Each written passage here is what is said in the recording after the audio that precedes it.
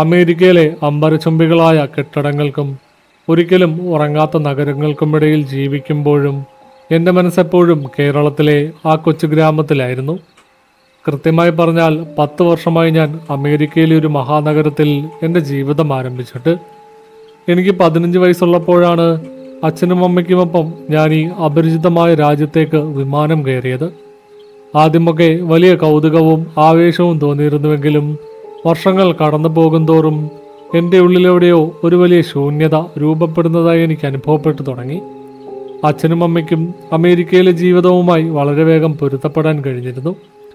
അവരുടെ ജോലിയും പുതിയ സുഹൃത്തുക്കളും തിരക്കുകളുമെല്ലാം കൂടിച്ചേർന്നപ്പോൾ നാട്ടിലേക്കൊരു തിരിച്ചുപോക്കെന്നത് അവരുടെ ചിന്തകളിൽ പോലും ഇല്ലാത്ത ഒരു കാര്യമായി മാറി. പലപ്പോഴും അവധി ദിവസങ്ങളിൽ നാട്ടിൽ പോകുന്നതിനെപ്പറ്റി ഞാൻ സംസാരിക്കാൻ ശ്രമിച്ചിരുന്നെങ്കിലും സമയമില്ലായ്മയും യാത്രയുടെ ബുദ്ധിമുട്ടുകളും പറഞ്ഞ് അവരാ വിഷയം ഒഴിവാക്കുകയാണ് പതിവ്. എന്നാൽ എൻ്റെ അവസ്ഥ അതായിരുന്നില്ല. എൻ്റെ ബാല്യകാല സ്മരണകൾ മുഴുവൻ ഉറങ്ങിക്കിടക്കുന്നത് നാട്ടിലെ ആ പഴയ തറവാട്ട് വീട്ടിലായിരുന്നു. ഓരോ ദിവസവും ഉറങ്ങാൻ കിടക്കുമ്പോൾ എൻ്റെ മനസ്സിലേക്ക് ഓടിയെത്തുന്നത് എൻ്റെ മുത്തച്ഛൻ്റെയും മുത്തശ്ശിയുടെയും മുഖങ്ങളായിരുന്നു. വിശാലമായ പറമ്പും കാറ്റത്ത് ഇലകൾ പൊഴിക്കുന്ന വലിയ മാവുകളും മഴ പെയ്യുമ്പോൾ മണ്ണിൽ നിന്ന് വരുന്ന ആ പ്രത്യേക ഗന്ധവുമെല്ലാം എൻ്റെ ഓർമ്മകളിലൊരു വിങ്ങലായി അവശേഷിച്ചു. തറവാട്ട് വീടിൻ്റെ വിശാലമായ വരാന്തയിലിരുന്ന് മുത്തശ്ശി പറഞ്ഞു തന്നിരുന്ന പഴയ കാലത്തെ കഥകളും എന്നെയും കൂട്ടി തൊടിയിലേക്ക് നടക്കുമ്പോൾ മുത്തശ്ശൻ പങ്കുവച്ചിരുന്ന അറിവുകളും അമേരിക്കയിലെ എൻ്റെ ഏകാന്തതകളിൽ എനിക്ക് കൂട്ടിനെത്തി. എത്രയൊക്കെ ആധുനിക സൗകര്യങ്ങൾ ചുറ്റുമുണ്ടായിരുന്നിട്ടും എൻ്റെ മനസ്സ് കൊതിച്ചത് ആ തറവാട്ടിലെ ഇരുണ്ട മുറികളിലെ തണുപ്പും അവിടെ എപ്പോഴും തങ്ങി നിൽക്കുന്ന കർപ്പൂരത്തിൻ്റെയും ചന്ദനത്തിൻ്റെയും ഗന്ധവുമായിരുന്നു. അങ്ങനെ എൻ്റെ 25-ാം വയസ്സിൽ ജോലിയുടെ തിരക്കുകളിൽ നിന്നും ഒരു ഇടവേളയെടുത്ത് നാട്ടിലേക്ക് പോകാൻ ഞാൻ ഉറപ്പിച്ചു. അച്ഛനോടും അമ്മയോടും എൻ്റെ തീരുമാനം അറിയിച്ചപ്പോൾ അവർക്ക് ചെറിയ അത്ഭുതം തോന്നിയെങ്കിലും എൻ്റെ നിർബന്ധത്തിന് മുന്നിൽ അവർക്ക് വഴങ്ങേണ്ടി വന്നു. അങ്ങനെ 10 വർഷത്തെ നീണ്ട ഇടവേളയ്ക്ക് ശേഷം ഞാൻ എൻ്റെ വേരുകൾ തേടിയുള്ള യാത്ര ആരംഭിക്കാൻ തീരുമാനിച്ചു. ഈ യാത്രയെക്കുറിച്ച് മുത്തശ്ശനെയോ മുത്തശ്ശിയെയോ അറിയിക്കേണ്ടതില്ല എന്ന് ഞാൻ ആദ്യമേ തീരുമാനിച്ചിരുന്നു. 10 വർഷങ്ങൾക്ക് ശേഷം യാതൊരു മുന്നറിയിപ്പുമില്ലാതെ പെട്ടെന്നൊരു ദിവസം അവരുടെ മുന്നിൽ ചെന്ന് നിൽക്കുമ്പോൾ അവരുടെ മുഖത്തുണ്ടാകുന്ന സന്തോഷവും അത്ഭുതവും നേരിട്ട് കാണണമെന്ന് എനിക്ക് വലിയ ആഗ്രഹമുണ്ടായിരുന്നു. അതുകൊണ്ട് തന്നെ നാട്ടിലെ എൻ്റെ സുഹൃത്തുക്കളോടോ ബന്ധുക്കളോടോ പോലും എൻ്റെ വരവിനെക്കുറിച്ച് ഞാൻ യാതൊന്നും സംസാരിച്ചിരുന്നില്ല. യാത്രയ്ക്കായുള്ള തയ്യാറെടുപ്പുകൾക്കിടയിൽ ഞാൻ വലിയൊരു ആശയക്കുഴപ്പത്തിലായി. അമേരിക്കയിൽ നിന്നും നാട്ടിലേക്ക് പോകുമ്പോൾ എല്ലാവരും ഒരുപാട് സാധനങ്ങളും സമ്മാനങ്ങളും വാങ്ങിക്കൊണ്ടു പോകുന്നത് പതിവാണ്. എന്നാൽ എൻ്റെ ലഗേജിൽ വലിയ ഭാരങ്ങളൊന്നും തന്നെ ഉണ്ടായിരുന്നില്ല. ഒരു ചെറിയ ബാക്ക് പാക്ക് മാത്രമായിരുന്നു എൻ്റെ കയ്യിൽ ആകെ ഉണ്ടായിരുന്നത്. അതിനൊരു കാരണവും ഉണ്ടായിരുന്നു. 10 വർഷം എന്നത് ഒരു ചെറിയ കാലയളവല്ല. ഈ കാലഘട്ടത്തിൽ മുത്തച്ഛൻ്റെയും മുത്തശ്ശിയുടെയും ഇഷ്ടങ്ങളിലും താല്പര്യങ്ങളിലും എന്തൊക്കെ മാറ്റങ്ങൾ വന്നിട്ടുണ്ടാകുമെന്ന് എനിക്ക് യാതൊരു ഊഹവും ഉണ്ടായിരുന്നില്ല. അവർക്കിപ്പോൾ എന്തുതരം വസ്ത്രങ്ങളാണ് ഇഷ്ടം, അവരുടെ ആരോഗ്യനില എങ്ങനെയുണ്ട്, അവർക്ക് ആവശ്യമുള്ള സാധനങ്ങൾ എന്തൊക്കെയാണ് എന്നൊന്നും അറിയാതെ വെറുതെ കുറച്ച് സാധനങ്ങൾ വാങ്ങിക്കൊണ്ടു പോകുന്നത് അർത്ഥശൂന്യമായി എനിക്ക് തോന്നി. മാത്രമല്ല ആദ്യമായി ഒറ്റയ്ക്ക് ഇത്രയും ദൂരം യാത്ര ചെയ്യുമ്പോൾ കൂടുതൽ ലഗേജുകൾ കൊണ്ടു നടക്കുന്നതിലെ ബുദ്ധിമുട്ടും ഞാൻ ചിന്തിച്ചു. നാട്ടിലെത്തിയ ശേഷം അവർക്ക് ആവശ്യമുള്ളതെല്ലാം അവരോട് ചോദിച്ചറിഞ്ഞ് അവിടെ നിന്ന് തന്നെ വാങ്ങാമെന്ന തീരുമാനത്തിലാണ് ഞാൻ ലഗേജ് ഒരൊറ്റ ബാഗിൽ ഒതുക്കിയത്. പിന്നീട് ചിന്തിച്ചപ്പോൾ അതൊരു വലിയ അനുഗ്രഹമായാണ് എനിക്ക് തോന്നിയത്. നീണ്ട വിമാനയാത്രയ്ക്കൊടുവിൽ ഞാൻ കൊച്ചി വിമാനത്താവളത്തിൽ വന്നിറങ്ങുമ്പോൾ സമയം ഒരുപാട് വൈകിയിരുന്നു. വർഷങ്ങൾക്ക് ശേഷം നാട്ടിലെ മണ്ണിൽ കാലുകുത്തിയപ്പോൾ പറഞ്ഞറിയിക്കാനാവാത്ത ഒരു വികാരമാണ് എന്നെ പൊതിഞ്ഞത്. വിമാനത്താവളത്തിലെ വെളിച്ചത്തിൽ നിന്നും പുറത്തേക്കിറങ്ങിയപ്പോൾ തന്നെ നാട്ടിലെ വായുവിൻ്റെ ആ ഒരു പ്രത്യേകത എൻ്റെ ശ്വാസകോശങ്ങളിലേക്ക് ഇരച്ചു കയറി. അവിടെ നിന്നും ഒരു ടാക്സി വിളിച്ച് ഞാൻ എൻ്റെ ഗ്രാമത്തിലേക്ക് യാത്ര തിരിച്ചു.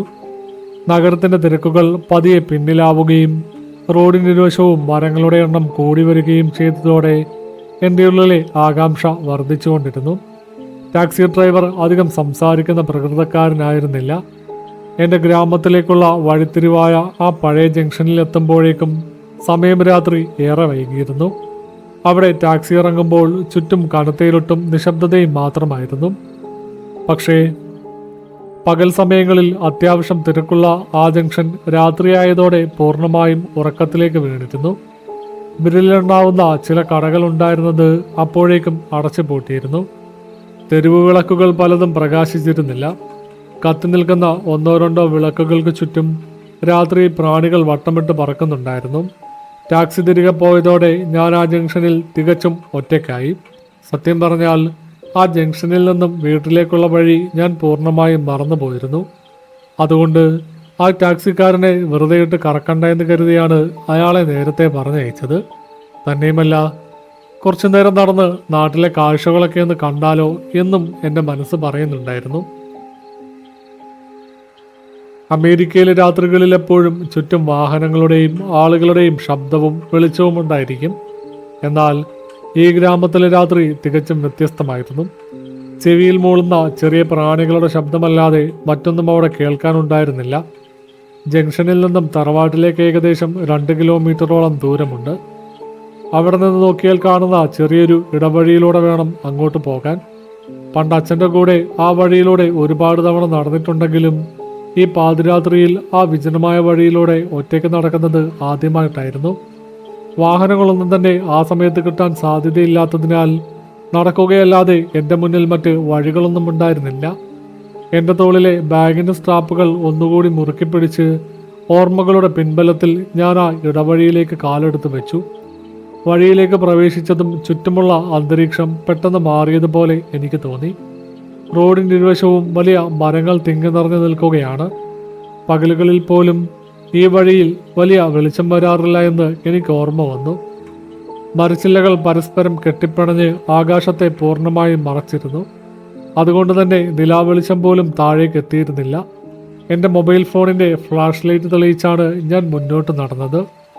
ഫോണിലെ വെളിച്ചം ഇരുട്ടിനെ കീറിമുറിച്ച് മുന്നോട്ട് പോകുമ്പോൾ മരങ്ങളുടെ വലിയ നിഴലുകൾ പലതരം രൂപങ്ങളായി എൻ്റെ ചുറ്റും നൃത്തം വെക്കുന്നത് പോലെ തോന്നി. കരിയിലകൾക്ക് മുകളിലൂടെ ഞാൻ നടക്കുമ്പോൾ ഉണ്ടാകുന്ന ശബ്ദം ആ നിശബ്ദതയിൽ വളരെ ഉച്ചത്തിൽ കേൾക്കാമായിരുന്നു. അന്തരീക്ഷത്തിൽ ചെറിയൊരു ഈർപ്പം കലർന്നിട്ടുണ്ടായിരുന്നു. വരാനിരിക്കുന്ന മഴയുടെ സൂചനയെന്നോണം തണുത്ത കാറ്റ് മരച്ചില്ലകൾക്കിടയിലൂടെ വീശിയടിക്കാൻ തുടങ്ങി. ഓരോ ചൂട് വയ്ക്കുമ്പോഴും 10 വർഷങ്ങൾക്ക് മുൻപുള്ള എൻ്റെ ഓർമ്മകൾ ആ വഴിയോരങ്ങളിൽ എവിടെയൊക്കെയോ ചിതറിക്കിടക്കുന്നതായി എനിക്ക് അനുഭവപ്പെട്ടു. എന്നാൽ ആ ഓർമ്മകളുടെ മാധുര്യത്തെക്കാൾ ആ നിമിഷം എൻ്റെ ഉള്ളിൽ നേരിയൊരു ഭയം ഉരുണ്ടുകൂടാൻ തുടങ്ങിയിരുന്നു. ഇരുട്ടിനും ഏകാന്തതയ്ക്കും ഇത്രത്തോളം ഭയാനകമായ ഒരു മുഖമുണ്ടെന്ന് ഞാൻ ആദ്യമായി തിരിച്ചറിയുകയായിരുന്നു. അപ്പോഴും എൻ്റെ ലക്ഷ്യം എത്രയും വേഗം തറവാട്ടിലെത്തി മുത്തശ്ശനെയും മുത്തശ്ശിയെയും കാണുക എന്നത് മാത്രമായിരുന്നു. ആ ചിന്തയിൽ ഞാൻ നടത്തത്തിൻ്റെ വേഗത അല്പം കൂട്ടി. പക്ഷേ ആ രാത്രി എൻ്റെ ജീവിതത്തിലെ ഏറ്റവും ഭയാനകമായ അനുഭവങ്ങളിലേക്കുള്ള ഒരു തുടക്കം മാത്രമായിരുന്നുവെന്ന് അപ്പോൾ ഞാൻ അറിഞ്ഞിരുന്നില്ല. മുന്നോട്ട് നടക്കും തോറും ഇരുട്ടിൻ്റെ കനം കൂടുന്നതായും കാടിൻ്റെ നിശബ്ദതയ്ക്ക് പകരം എന്തൊക്കെയോ അദൃശ്യമായ സാന്നിധ്യങ്ങൾ എനിക്ക് ചുറ്റും നിറയുന്നതായും എൻ്റെ മനസ്സ് മന്ത്രിക്കുന്നുണ്ടായിരുന്നു.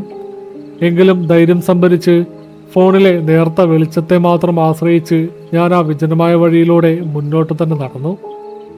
മൊബൈൽ ഫോണിൻ്റെ നേർത്ത വെളിച്ചം മാത്രം ആശ്രയിച്ച് ആ കാട്ടുപാതയിലൂടെ നടക്കുമ്പോൾ എൻ്റെ ഹൃദയമിടിപ്പ് ക്രമാതീതമായി വർദ്ധിക്കുന്നത് ഞാൻ അറിയുന്നുണ്ടായിരുന്നു. ഓരോ ചുവട് വയ്ക്കുമ്പോഴും കരിയിലകൾ ഞെരിഞ്ഞമരുന്ന ശബ്ദം ആ വലിയ നിശബ്ദതയിലൊരു ഇടിമുഴക്കം പോലെയാണ് എനിക്ക് അനുഭവപ്പെട്ടത്. ഇരുവശത്തും ആകാശം മുട്ടെ വളർന്നു നിൽക്കുന്ന വലിയ മരങ്ങൾ കാറ്റിൻ്റെ താളത്തിനൊത്ത് വല്ലാത്തൊരു ശബ്ദം പുറപ്പെടുവിച്ചുകൊണ്ടിരുന്നു. ഇടയ്ക്കെപ്പോഴോ ഫോണിലെ വെളിച്ചം മരങ്ങൾക്കിടയിലേക്ക് വീണപ്പോൾ വലിയ മനുഷ്യരൂപങ്ങൾ എന്നെ തുറിച്ചു നോക്കുന്നത് പോലെ തോന്നി. അമേരിക്കയിലെ സുരക്ഷിതമായ എൻ്റെ മുറിയിലെ ചൂടിനെക്കുറിച്ചും വെളിച്ചത്തെക്കുറിച്ചും ഞാൻ വെറുതെ ഓർത്തുപോയി. എന്തിനാണ് ഈ അസമയത്ത് ഒറ്റയ്ക്കിങ്ങനെ ഒരു സാഹസത്തിന് മുതിർന്നത് എന്ന് മനസ്സെന്നെ നിരന്തരം കുറ്റപ്പെടുത്തി. എങ്കിലും തറവാട്ടിലെത്താൻ ഇനി അധിക ദൂരമില്ലല്ലോ എന്ന ചിന്ത എന്നെ മുന്നോട്ട് നയിച്ചു. അങ്ങനെ ചിന്തകളിൽ മുഴുകി നടക്കുമ്പോഴാണ് എൻ്റെ പിറകിൽ നിന്നും വളരെ വ്യക്തമായ ഒരു വിളി കേട്ടത്. ജയകൃഷ്ണ എന്ന എൻ്റെ പേര് ആരോ വിളിക്കുന്നത് പോലെ എനിക്ക് തോന്നി. അതൊരു പുരുഷന്റെ ശബ്ദമായിരുന്നു. വളരെ ഗാംഭീര്യമുള്ള എന്നാൽ വല്ലാത്തൊരു മുഴക്കമുള്ള ഒരു ശബ്ദം. ഞാൻ പെട്ടെന്ന് നിന്നു. തിരിഞ്ഞു നോക്കാൻ എൻ്റെ മനസ്സ് മന്ത്രിച്ചെങ്കിലും വല്ലാത്തൊരു ഭയം എന്നെ പിന്നോട്ട് വലിച്ചു. കുറച്ചു നേരം ആ നിൽപ്പ് നിന്ന ശേഷം ഞാൻ പതുക്കെ പുറകിലേക്ക് നോക്കി. ഫോണിന്റെ വെളിച്ചം അവിടമാകെ പരതിയെങ്കിലും കനത്ത ഇരുട്ടല്ലാതെ മറ്റൊന്നും അവിടെ ഉണ്ടായിരുന്നില്ല. ഒരു വേള എനിക്ക് തോന്നിയതാകാമെന്ന് ഞാൻ എന്നെ തന്നെ ആശ്വസിപ്പിച്ചു. 10 വർഷത്തിനു ശേഷം നാട്ടിലെത്തിയതിൻ്റെ ക്ഷീണവും ഇത്രയും ദൂരം വിമാനത്തിൽ യാത്ര ചെയ്തതിൻ്റെ തളർച്ചയും എൻ്റെ മനസ്സിനെ പലതും തോന്നിപ്പിക്കുന്നതാകാമെന്ന് ഞാൻ വിശ്വസിക്കുവാൻ ശ്രമിച്ചു. കാറ്റ് മരച്ചില്ലകളിൽ തട്ടി ഉരസുമ്പോൾ ഉണ്ടാകുന്ന ശബ്ദത്തെ ഞാൻ ഒരു മനുഷ്യൻ്റെ ശബ്ദമായി തെറ്റിദ്ധരിച്ചതാകാം. ഇങ്ങനെ പലതരം ന്യായീകരണങ്ങൾ കണ്ടെത്തി എൻ്റെ ഭയത്തെ ഇല്ലാതാക്കാൻ ഞാൻ ശ്രമിച്ചു. വീണ്ടും മുന്നോട്ട് നടക്കാൻ തുടങ്ങുമ്പോൾ എൻ്റെ നടത്തത്തിൻ്റെ വേഗത മുൻപത്തേക്കാൾ വർദ്ധിച്ചിരുന്നു. ചുറ്റുമുള്ള അന്തരീക്ഷം കൂടുതൽ തണുക്കാൻ തുടങ്ങി. പെട്ടെന്നാണ് മഴയുടെ ആദ്യത്തെ തുള്ളികൾ എൻ്റെ ദേഹത്തേക്ക് വീണത്. അപ്രതീക്ഷിതമായി പെയ്യാൻ തുടങ്ങിയ ആ ചാറ്റൽ മഴ അന്തരീക്ഷത്തിൻ്റെ ഭയാനകത ഒന്നുകൂടി വർദ്ധിപ്പിച്ചു. മഴത്തുള്ളികൾ ഇലകളിൽ വീഴുന്ന ശബ്ദം എനിക്ക് ചുറ്റും ആയിരക്കണക്കിന് ആളുകൾ നടക്കുന്നത് പോലെയാണ് തോന്നിച്ചത്. ആ ശബ്ദങ്ങൾക്കിടയിലൂടെ വീണ്ടും ആ വിളി എൻ്റെ കാതുകളിലേക്ക് തുളച്ചു കയറി. ഇത്തവണ അതൊരു പുരുഷന്റെ ശബ്ദമായിരുന്നില്ല, മറിച്ച് വല്ലാത്തൊരു സങ്കടം നിറഞ്ഞ ഒരു സ്ത്രീയുടെ ശബ്ദമായിരുന്നു. ജയകൃഷ്ണൻ എന്ന എൻ്റെ പേര് വളരെ നീട്ടി ഒരു വിലാപം പോലെയാണ് ആ ശബ്ദം ഉച്ചരിച്ചത്. എൻ്റെ കാലുകൾ നിലത്തുറച്ചു പോയി. ശരീരമാസകലം ഒരു വിറയൽ പടർന്നു കയറുന്നത് ഞാൻ അറിഞ്ഞു. ഇതെൻ്റെ തോന്നലല്ല എന്ന് ഉറപ്പായിരുന്നു. തൊട്ടു പിന്നിൽ നിന്നാണ് ആ വിളി വന്നതെന്ന് എൻ്റെ കാതുകൾ എന്നോട് വിളിച്ചു പറയുന്നുണ്ടായിരുന്നു. എൻ്റെ കയ്യിലിരുന്ന ഫോൺ വിറയ്ക്കാൻ തുടങ്ങി. വെളിച്ചം അങ്ങോട്ടും ഇങ്ങോട്ടും ചിതറിത്തെറിച്ചു. മഴയുടെ ശക്തി പതുക്കെ കൂടി വരികയായിരുന്നു. അതിനോടൊപ്പം കാറ്റിൻ്റെ വന്യതയും വർദ്ധിച്ചു. മരങ്ങൾക്കിടയിലൂടെ കാറ്റ് ചീറിയടിക്കുന്ന ശബ്ദം ഒരു വലിയ നിലവിളി പോലെ തോന്നിപ്പിച്ചു. ഇതിനെല്ലാം പുറമെ കാടിൻ്റെ ഉള്ളറകളിൽ നിന്നും പലവിധ മൃഗങ്ങളുടെ ശബ്ദങ്ങൾ ഉയർന്നു കേൾക്കാൻ തുടങ്ങി. രാത്രിയിൽ ഇരതേടാനിറങ്ങുന്ന ഏതോ വന്യമൃഗങ്ങളുടെ കാൽപ്പെരുമാറ്റങ്ങൾ അവിടെയെല്ലാം മുഴങ്ങി കേട്ടു. അതിലും ഭയാനകമായിരുന്നു പെട്ടെന്ന് എവിടെ നിന്നോ ഉയർന്നു കേട്ട നായയുടെ ഊരിയിടൽ. മരണത്തെ മുൻകൂട്ടി കാണുന്നത് പോലെയുള്ള ആ ഊരിയിടൽ ശബ്ദം എൻ്റെ സകല ധൈര്യത്തെയും ചോർത്തിക്കളഞ്ഞു. ചുറ്റും നടക്കുന്ന കാര്യങ്ങൾ എൻ്റെ നിയന്ത്രണത്തിലല്ല എന്ന് എനിക്ക് മനസ്സിലായി. അദൃശ്യമായ എന്തോ ഒന്ന് എന്നെ പിന്തുടരുന്നുണ്ടെന്ന ചിന്ത എന്നെ പൂർണ്ണമായും കീഴ്പ്പെടുത്തി. ഏതു നിമിഷവും ഇരുട്ടിൽ നിന്നും ഭയാനകമായ എന്തെങ്കിലും എൻ്റെ മുന്നിലേക്ക് ചാടി വീഴുമെന്ന് ഞാൻ ഭയന്നു. ഇനി ഒരു നിമിഷം പോലും അവിടെ നിൽക്കുന്നത് സുരക്ഷിതമല്ലെന്ന് തിരിച്ചറിഞ്ഞ് ഞാൻ സർവ്വശക്തിയുമെടുത്ത് മുന്നോട്ട് വേഗത്തിൽ നടക്കാൻ തുടങ്ങി. ഓരോ ചുവട് വയ്ക്കുമ്പോഴും എൻ്റെ ഹൃദയം നെഞ്ചിലടിച്ച് പൊട്ടുമെന്ന് എനിക്ക് തോന്നി. മഴവെള്ളത്തിൽ കുതിർന്ന മണ്ണിലൂടെ നടക്കാൻ വല്ലാത്ത ബുദ്ധിമുട്ട് അനുഭവപ്പെട്ടു. തെന്നി വീഴാതിരിക്കാൻ വളരെ പണിപ്പെട്ടാണ് ഞാൻ ഓരോ കാലടിയും വെച്ചത്. അങ്ങനെ ശ്വാസമടക്കി പിടിച്ച് വിയർപ്പും മഴവെള്ളവും കലർന്നത് മുഖത്തുകൂടി ഒഴുകിയിറങ്ങുന്നതൊന്നും വകവയ്ക്കാതെ ഞാൻ പോയിക്കൊണ്ടിരിക്കുമ്പോഴാണ് എൻ്റെ സകല സമനിലയും തെറ്റിച്ചുകൊണ്ട് മൂന്നാമത്തെ വിളി വന്നത്. ഇത്തവണ അതൊരു കൊച്ചുകുട്ടിയുടെ ശബ്ദമായിരുന്നു. വളരെ നിഷ്കളങ്കമായ, എന്നാൽ ആ രാത്രിയുടെ ഭീകരതയോട് ഒട്ടും ചേരാത്ത ഒരു കുരുന്ന ശബ്ദത്തിൽ ജയകൃഷ്ണൻ എന്ന വിളി എൻ്റെ കാതിൻ്റെ തൊട്ടടുത്തായി മുഴങ്ങി. ആ നിമിഷം എൻ്റെ തലച്ചോറിലേക്കുള്ള രക്തയോട്ടം നിലച്ചതുപോലെ എനിക്ക് അനുഭവപ്പെട്ടു. ഒരു പുരുഷൻ്റെയും സ്ത്രീയുടെയും കുട്ടിയുടെയും ശബ്ദങ്ങൾ ഒരേ സ്ഥലത്തു നിന്നും എന്നെ പിന്തുടർന്ന് വിളിക്കണമെങ്കിൽ അതൊരിക്കലും മനുഷ്യരായിരിക്കില്ല എന്ന സത്യം എൻ്റെ മനസ്സിലേക്ക് ഒരു മിന്നൽ പോലെ കടന്നു വന്നു. എൻ്റെ യുക്തിചിന്തകൾക്ക് അവിടെ പ്രസക്തി ഉണ്ടായിരുന്നില്ല. പിന്നോട്ട് നോക്കാൻ പോലും നിൽക്കാതെ കയ്യിലിരുന്ന ഫോണിൻ്റെ വെളിച്ചം മാത്രം ലക്ഷ്യമാക്കി ഞാൻ ഒറ്റയോട്ടം വെച്ച് കൊടുത്തു. ഓടുന്നതിനിടയിൽ പലതവണ കാൽവഴുതി വീഴാൻ പോയെങ്കിലും എങ്ങനെയൊക്കെയോ ഞാൻ ബാലൻസ് നിലനിർത്തി. വലിയ ലഗേജുകളൊന്നുമില്ലാതെ ആ ചെറിയൊരു ബാഗ് മാത്രം കൊണ്ടുവന്നത് അപ്പോൾ എന്നെ സംബന്ധിച്ചിടത്തോളം വലിയൊരു അനുഗ്രഹമായി മാറി. ഭാരമുള്ള പെട്ടികളോ മറ്റോ ഉണ്ടായിരുന്നെങ്കിൽ എനിക്കൊരിക്കലും ആ വഴിയിലൂടെ അങ്ങനെ ഓടാൻ സാധിക്കില്ലായിരുന്നു. കാടും പടർപ്പും നിറഞ്ഞ ആ വഴിയിലൂടെ മുള്ളുകളും കല്ലുകളും എൻ്റെ കാലുകളിൽ കൊള്ളുന്നുണ്ടായിരുന്നെങ്കിലും അതൊന്നും ശ്രദ്ധിക്കാനുള്ള മാനസികാവസ്ഥയിലായിരുന്നില്ല ഞാൻ. എൻ്റെ ലക്ഷ്യം ആ പഴയ തറവാട്ട് വീട് മാത്രമായിരുന്നു. ആ വീടിൻ്റെ സുരക്ഷിതത്വത്തിലേക്ക് എത്രയും വേഗം എത്തുക എന്നത് മാത്രമായിരുന്നു. ഇരുട്ടിനെ വകഞ്ഞു മാറ്റി മഴയെ വകവയ്ക്കാതെ ഞാൻ ഓടിക്കൊണ്ടേയിരുന്നു. എത്ര ദൂരം അങ്ങനെ ഓടിയെന്നോ എത്ര സമയം കഴിഞ്ഞെന്നോ എനിക്ക് യാതൊരു നിശ്ചയവും ഉണ്ടായിരുന്നില്ല. ഒടുവിൽ മരങ്ങളുടെ കൂട്ടം കുറഞ്ഞു വരികയും മുന്നിലൊരു വലിയ പറമ്പ് ദൃശ്യമാവുകയും ചെയ്തപ്പോൾ എൻ്റെ ജീവൻ തിരികെ കിട്ടിയതുപോലെ തോന്നി. അതെൻ്റെ തറവാട്ട് പറമ്പായിരുന്നു. എന്നാൽ ആ പറമ്പിലേക്ക് കടന്നപ്പോൾ തന്നെ എൻ്റെ ഉള്ളിൽ ഭയത്തോടൊപ്പം വല്ലാത്തൊരു സങ്കടവും നിറഞ്ഞു. പണ്ട് ഞാൻ ഓടിക്കളിച്ചിരുന്ന, എപ്പോഴും വൃത്തിയായി കിടന്നിരുന്ന ആ വലിയ മുറ്റം ഇപ്പോൾ ആകെ കാട് പിടിച്ച് കിടക്കുകയായിരുന്നു. വലിയ പുല്ലുകളും കാട്ടുചെടികളും അവിടമാകെ തഴച്ചു വളർന്നിരുന്നു. 10 വർഷത്തെ കാലയളവ് ആ വീടിൻ്റെ പരിസരത്തെ പൂർണ്ണമായും മാറ്റിമറിച്ചിരിക്കുന്നു.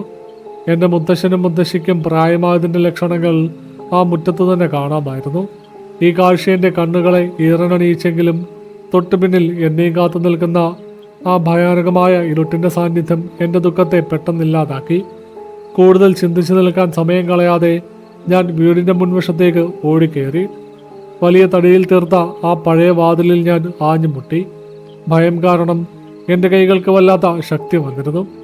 വാതിലിൽ തട്ടുന്നതിനോടൊപ്പം മുത്തച്ഛ എന്ന് ഞാൻ ഉറക്കെ വിളിക്കുന്നുണ്ടായിരുന്നു.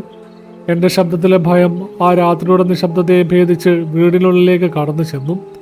കുറച്ച് നിമിഷങ്ങൾ എനിക്ക് യുഗങ്ങൾ പോലെയാണ് തോന്നിയത്. ഒടുവിൽ അകത്തുനിന്നും വാതിലിൻ്റെ സാക്ഷി ഊരുന്ന ശബ്ദം കേട്ടു. വാതിൽ തുറന്നതും മുന്നിൽ അമ്പരന്ന് നിൽക്കുന്ന മുത്തശ്ശനെയും മുത്തശ്ശിയെയും ഞാൻ കണ്ടു. അവർക്കെന്തെങ്കിലും ചോദിക്കാനോ പറയാനോ സമയം കൊടുക്കാതെ ഞാൻ നേരെ അകത്തേക്ക് കയറി അവരെ രണ്ടുപേരെയും ചേർത്ത് പിടിച്ച് കെട്ടിപ്പുണർന്നു. എൻ്റെ ശരീരത്തിലെ വിറയലും കിതപ്പും കണ്ട് എന്തോ വലിയ അപകടം നടന്നിട്ടുണ്ടെന്ന് മുത്തച്ഛന് പെട്ടെന്ന് തന്നെ മനസ്സിലായി. ആ പഴയ വീടിൻ്റെ സുരക്ഷിതത്വത്തിൽ മുത്തച്ഛൻ്റെ നെഞ്ചോട് ചേർന്ന് നിൽക്കുമ്പോഴും എൻ്റെ ഹൃദയം ഒരു പെരുമ്പറ പോലെ ഇടിക്കുന്നുണ്ടായിരുന്നു. പുറത്ത് മഴയുടെ ശക്തി കൂടുകയും ഇരുട്ട് ആ വീടിനെ പൂർണ്ണമായും വിഴുങ്ങുകയും ചെയ്തിരുന്നു. വാതിലടച്ചതോടെ പുറത്തെ ഭയാനകമായ ലോകത്തു നിന്നും ഞാൻ പൂർണ്ണമായും സുരക്ഷിതനായതുപോലെ എനിക്ക് തോന്നി. മഴവെള്ളത്തിൽ കുതിർന്ന എൻ്റെ വസ്ത്രങ്ങളിൽ നിന്നും വെള്ളം തറയിലേക്ക് ഇറ്റി വീഴുന്നുണ്ടായിരുന്നു. 10 വർഷങ്ങൾക്ക് ശേഷം എന്നെ കണ്ടതിൻ്റെ അമ്പരപ്പും സന്തോഷവും എൻ്റെ മുത്തശ്ശൻ്റെയും മുത്തശ്ശിയുടെയും മുഖത്തും ഉണ്ടായിരുന്നെങ്കിലും എൻ്റെ അവസ്ഥ കണ്ട് അവർ വല്ലാതെ ഭയന്നു പോയിരുന്നു. എൻ്റെ വിറയൽ മാറ്റാനായി മുത്തശ്ശി വേഗം തന്നെ അകത്തു പോയി ഒരു തോർത്തുമുണ്ട് കൊണ്ടുവന്ന് എൻ്റെ തലയിലെയും ശരീരത്തിലെയും വെള്ളം തോർത്തി തന്നു. എൻ്റെ ശരീരമാസകലം തണുത്തുറഞ്ഞിരിക്കുകയായിരുന്നു. നീണ്ട വർഷങ്ങളുടെ ഇടവേളയ്ക്ക് ശേഷം പേരക്കുട്ടിയെ കാണുമ്പോൾ കൊടുക്കാനവർ മനസ്സിൽ സൂക്ഷിച്ചിരുന്ന സ്നേഹപ്രകടനങ്ങൾക്ക് പകരം എന്നെ എങ്ങനെ ആശ്വസിപ്പിക്കണമെന്നറിയാത്ത ഒരവസ്ഥയിലായിരുന്നു അവരപ്പോൾ. മുത്തശ്ശൻ അദ്ദേഹത്തിൻ്റെ പഴയൊരു മുണ്ടും ഷർട്ടും എനിക്ക് എടുത്തു തന്നു. പഴയ ചാരുകസാരയിൽ വന്നിരിക്കുമ്പോഴും എൻ്റെ ഹൃദയമെടുപ്പ് സാധാരണഗതിയിലായിരുന്നില്ല. പുറത്ത് കാറ്റിൻ്റെയും മഴയുടെയും ശക്തി കൂടിക്കൂടി വരികയായിരുന്നു. ആ വലിയ തറവാട്ട് വീടിൻ്റെ മേൽക്കൂരയിൽ മഴവെള്ളം വീഴുന്ന ശബ്ദം പോലും എന്നെ ഞെട്ടിപ്പിച്ചുകൊണ്ടിരുന്നു. വീടിനുള്ളിലെ മങ്ങിയ വെളിച്ചം എനിക്ക് വലിയൊരു ആശ്വാസം നൽകിയെങ്കിലും പുറത്തേനുള്ളിൽ എന്നെയും കാത്ത് എന്തൊക്കെയോ നിൽക്കുന്നുണ്ടെന്ന ചിന്ത എന്നെ വല്ലാതെ അലട്ടുന്നുണ്ടായിരുന്നു. കുറച്ചു നേരത്തെ നിശബ്ദതയ്ക്ക് ശേഷം എൻ്റെ ശ്വാസോച്ഛ്വാസം നേരെയായപ്പോൾ മുത്തശ്ശൻ എൻ്റെ അരികിൽ വന്നിരുന്ന് എന്താണ് സംഭവിച്ചതെന്ന് തിരക്കി. അമേരിക്കയിൽ നിന്നും ഞാൻ ആരോടും പറയാതെ പെട്ടെന്ന് പുറപ്പെട്ട കാര്യവും വിമാനമിറങ്ങി ടാക്സിയിൽ ജംഗ്ഷനിലെത്തിയതും അവിടെ നിന്നും തറവാട്ടിലേക്ക് നടക്കാൻ തീരുമാനിച്ചതും ഞാൻ അവരോട് വിശദീകരിച്ചു. എന്നാൽ ആ ഇടവഴിയിലേക്ക് കടന്നത് മുതൽ എനിക്ക് നേരിട്ട ഭയാനകമായ അനുഭവങ്ങൾ വിവരിക്കുമ്പോൾ എൻ്റെ തൊണ്ട വല്ലാതെ വരണ്ടുണങ്ങുന്നുണ്ടായിരുന്നു. തുടക്കത്തിൽ തോന്നിയ നേരിയ ഭയത്തെക്കുറിച്ചും പിന്നീട് എൻ്റെ തൊട്ടു പിന്നിൽ നിന്നും ആദ്യം ഒരു പുരുഷൻ്റെയും പിന്നീട് ഒരു സ്ത്രീയുടെയും ഏറ്റവും ഒടുവിലായി ഒരു കൊച്ചുകുട്ടിയുടെയും ശബ്ദത്തിൽ എന്നെ വ്യക്തമായി എൻ്റെ പേര് വിളിച്ചതും ഞാൻ വളരെ വിശദമായി തന്നെ അവരോട് പറഞ്ഞു. ഇരുട്ടിൻ്റെ കനവും അപ്രതീക്ഷിതമായി പെയ്ത മഴയും കാടിനുള്ളിൽ നിന്നും ഉയർന്നു കേട്ട വന്യമൃഗങ്ങളുടെ ശബ്ദങ്ങളും നായയുടെ ഓരിയടലും അദൃശ്യമായ ഏതോ ശക്തികളുടെ സാന്നിധ്യവും എന്നെ എത്രത്തോളം ഭയപ്പെടുത്തിയെന്നും ഞാൻ വിശദീകരിച്ചു. ജീവൻ കയ്യിൽ പിടിച്ചാണ് ഞാൻ ആ കാട്ടുപാതയിലൂടെ ഓടി അവിടെ എത്തിയതെന്നും പറഞ്ഞ് അവസാനിപ്പിക്കുമ്പോൾ എൻ്റെ കണ്ണുകൾ നിറഞ്ഞൊഴുകുന്നുണ്ടായിരുന്നു.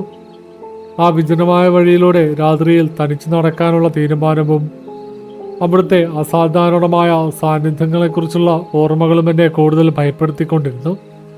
ഞാൻ പറഞ്ഞ കാര്യങ്ങൾ കേട്ടുകൊണ്ടിരുന്ന മുത്തശ്ശൻ്റെ മുഖഭാവം പതിയെ മാറുന്നത് ഞാൻ ശ്രദ്ധിച്ചു.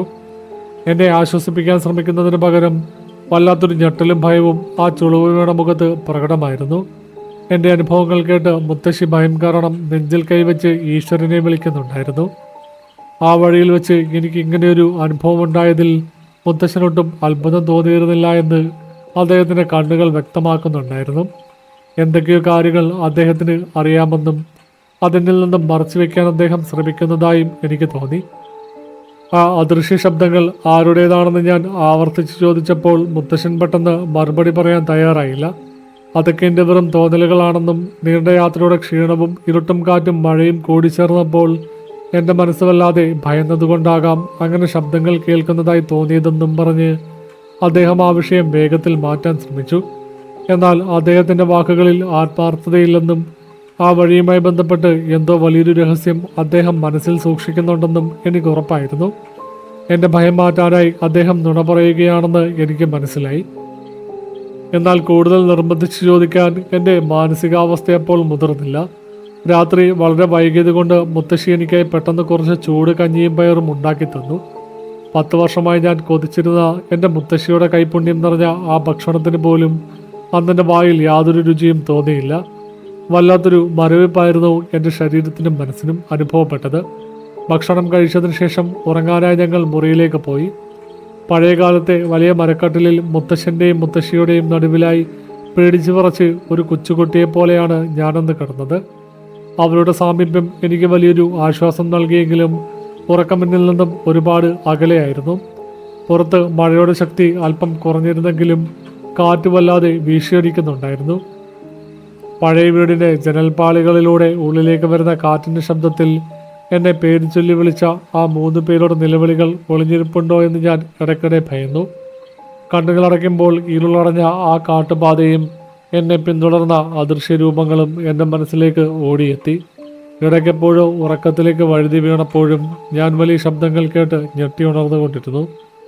അമേരിക്കയിലെ എൻ്റെ സുരക്ഷിതമായ ജീവിതത്തിൽ നിന്നും എത്ര ഭയാനകമായൊരു ലോകത്തേക്കാണ് ഞാൻ ബന്ധപ്പെട്ടിരിക്കുന്നത് എന്ന ചിന്ത ആ രാത്രി മുഴുവൻ എന്നെ വല്ലാതെ അലട്ടിക്കൊണ്ടിരുന്നു. പിറ്റേ ദിവസം രാവിലെ ഞാൻ ഉണരുമ്പോൾ പുറത്തു നല്ല വെളിച്ചം വീണിരുന്നു.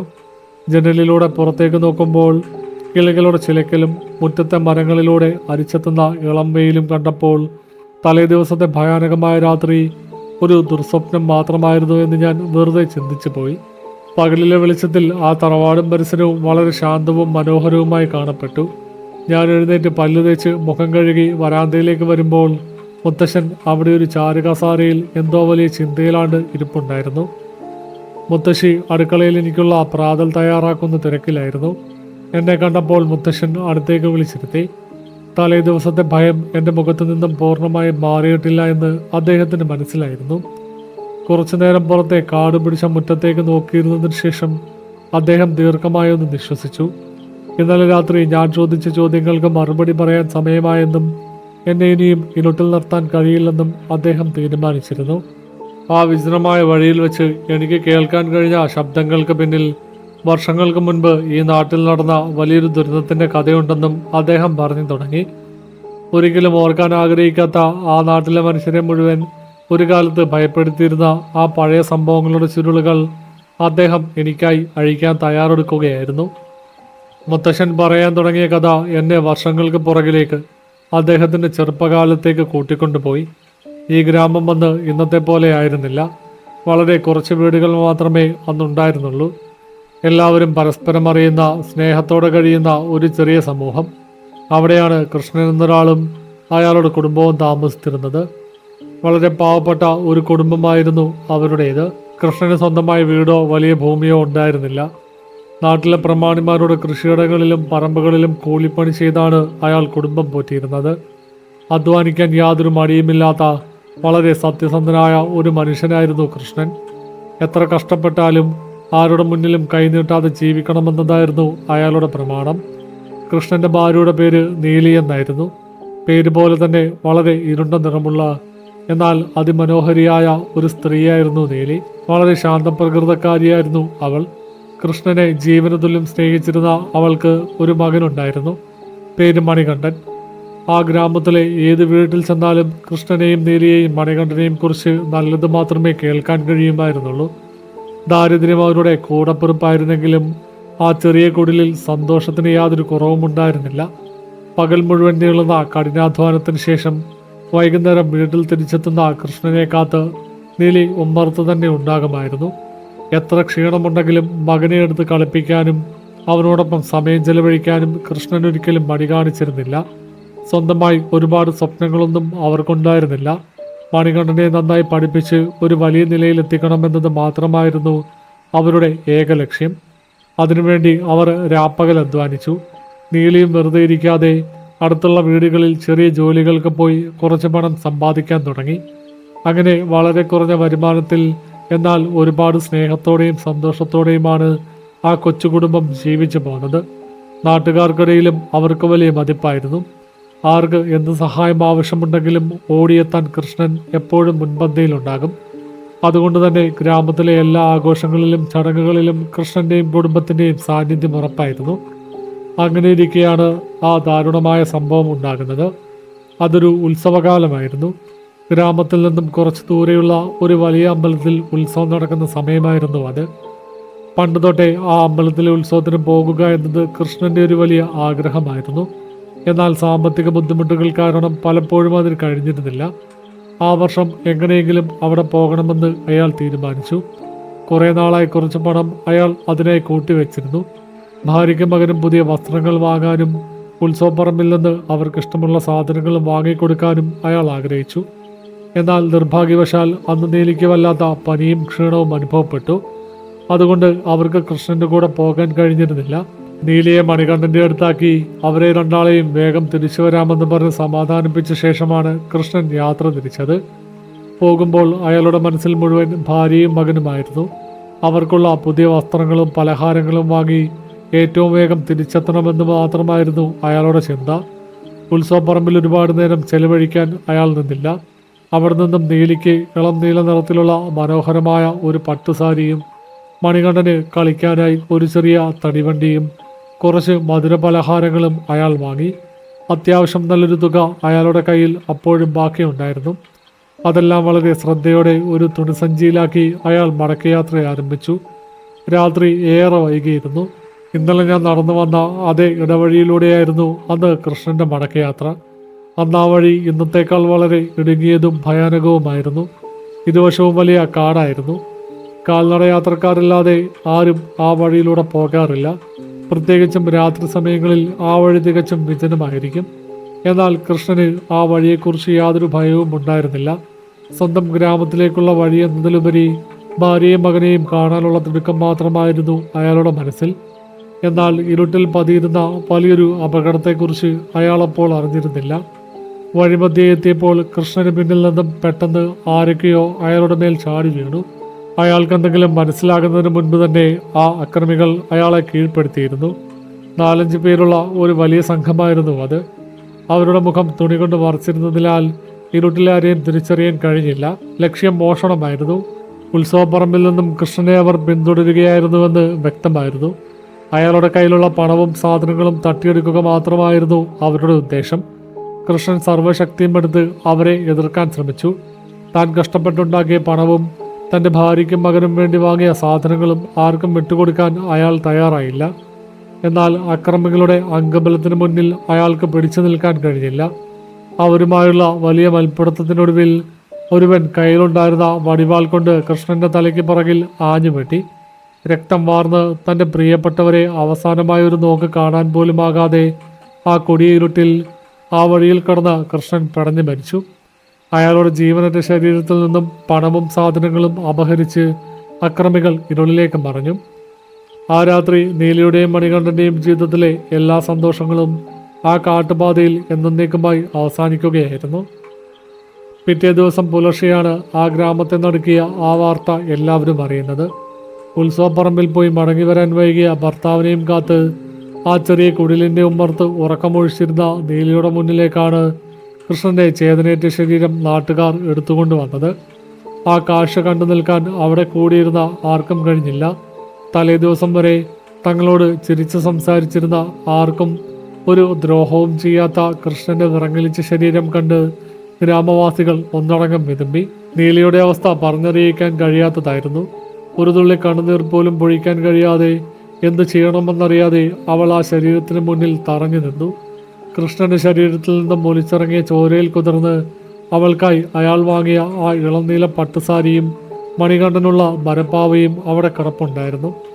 തങ്ങളുടെ ജീവിതത്തിലെ ഏറ്റവും വലിയ സന്തോഷമായി മാറേണ്ടിയിരുന്ന ആ നിമിഷങ്ങൾ വിധി എത്ര ക്രൂരമായാണ് അവളിൽ നിന്നും തട്ടിയെടുത്തത് എന്നോർത്ത് ആ ഗ്രാമം മുഴുവൻ കണ്ണീർ വാർത്തു. അന്ന് ആ കാട്ടുപാതയിൽ നഷ്ടപ്പെട്ടത് കൃഷ്ണന്റെ ജീവൻ മാത്രമായിരുന്നില്ല, മറിച്ച് ഒരു ചെറിയ കുടുംബത്തിന്റെ മുഴുവൻ സ്വപ്നങ്ങളുമായിരുന്നു. കൃഷ്ണന്റെ മരണാനന്തര ചടങ്ങുകൾക്ക് ശേഷം ആ ചെറിയ കുടിലിൽ നീലിയും മണികണ്ഠനും തികച്ചും ഒറ്റപ്പെട്ടു. ആദ്യത്തെ കുറച്ച് ദിവസങ്ങളിൽ ഗ്രാമവാസികൾ പലരും അവരെ സഹായിക്കാനും ആശ്വസിപ്പിക്കാനും എത്തിയിരുന്നെങ്കിലും പതിയെ പതിയെ എല്ലാവരും അവരവരുടെ ജീവിത തിരക്കുകളിലേക്ക് മടങ്ങി. അതോടെ നീലിക്ക് യാഥാർത്ഥ്യം ഉൾക്കൊള്ളേണ്ടി വന്നു. ഇനി തൻ്റെ മുന്നിലുള്ള ഏക ലക്ഷ്യം മണികണ്ഠനെ വളർത്തുക എന്നത് മാത്രമാണെന്ന് അവൾ തിരിച്ചറിഞ്ഞു. ഭർത്താവിൻ്റെ വേർപാട് നൽകിയ വലിയ ദുഃഖം ഉള്ളിലൊതുക്കി മകനു വേണ്ടി ജീവിക്കാൻ അവൾ തീരുമാനിച്ചു.